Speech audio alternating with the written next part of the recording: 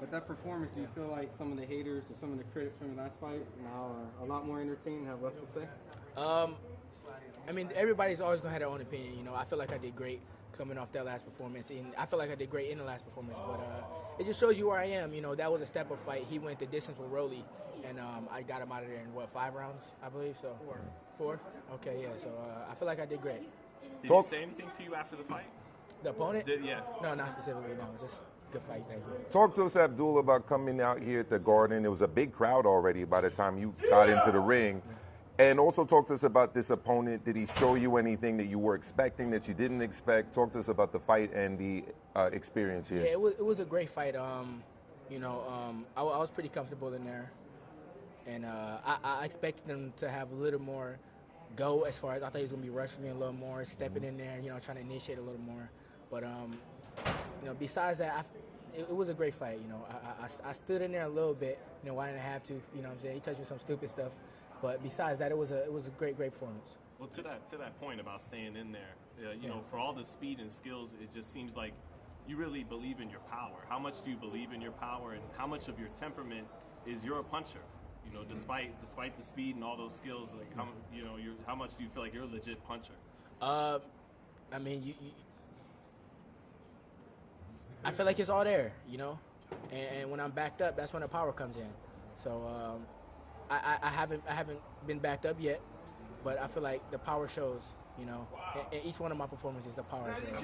Abdullah, what's up, man? It seemed like today you heard him a couple times early, but you ain't necessarily go for it. Do you feel like you were trying to be more patient than usual and kind of take your time? Was that the game plan, or that's just kind of how it went? Yeah, I was chilling a little bit. I wanted to treat it a little bit more like sparring. You know, when you in sparring, you ain't rushing in there to get him out of there. But when I heard him early, I knew that it was there. So I wasn't going to rush to get it when I know I could get it a little later. You know, I know I'll break him down eventually. So I just took my time, you know, have fun a little bit, touch him up, and the opportunity came, and I took it. Well, someone in the crowd actually said, hey, ref, this is in the 60s. Yeah, I heard that, yeah. Were you surprised that the fight was allowed to go on for so long? I wasn't surprised because every time he stood up, he seemed like he had his senses, and he would come back and start fighting. You know, once he did say that, I started realizing, like, okay, he's still in here, and it's about time that I start breaking him down a little bit more, and, you know, eventually, you know, getting him out of there. You know, I didn't want him to last the whole time when I knew I probably dropped him 3-4 times. Is there a reason why you declined to state any names? Is it just like you don't want to give anyone unnecessary shine, or is it just that whatever opportunity comes up, that's the one you want? Say that one more time. When you were asked after the fight, you know, to name someone, and you declined to give any names, what was the reasoning for that? You know, there's a lot of fighters out here, you know, and there's multiple belts. There's not just one title, you know, and the opportunity will come, you know, when it gets there. You know, I can't wait to fight for one of those titles, but who's to tell which one I'll creep up on first? But when I get the opportunity, that's the one I want. Well, without giving any names, Abdul, I mean, 135's always been a hot division. We have had some people move out of the division. Where do you see yourself in terms of a ranking? Give us a number, 1 through 5. Like, where do you rank yourself? I rank myself 1. You know, you got the title, then you got 1. I think I'm up there at 1. So you want a title shot next, and that's what you're looking for? Oh, for sure. I mean, you know, whatever comes my way next, you know, we still got to work our way up there and be realistic. But if that comes our way, then I'll be ready for it. Now, just stay right there, look, because you 17-0 with 15 knockouts. Yeah. You know, do you think that title shot could come sooner than you think? Because I'm trying to think. You said you want to be in there 4 more times this year.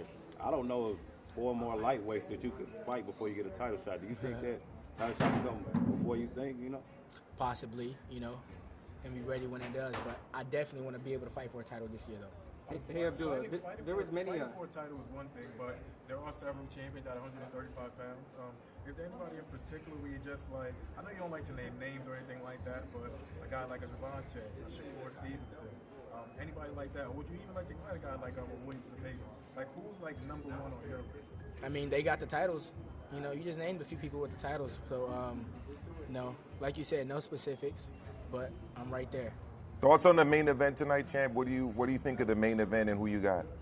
I got Keyshawn. I don't see it going distance. You know, I don't think Bռnček is he's ready for the speed. You know, the combinations. You know, it'll be a great fight. Bռnček, he's tough, he's durable, but I don't see it going a distance. Thank you, guys. Thank you.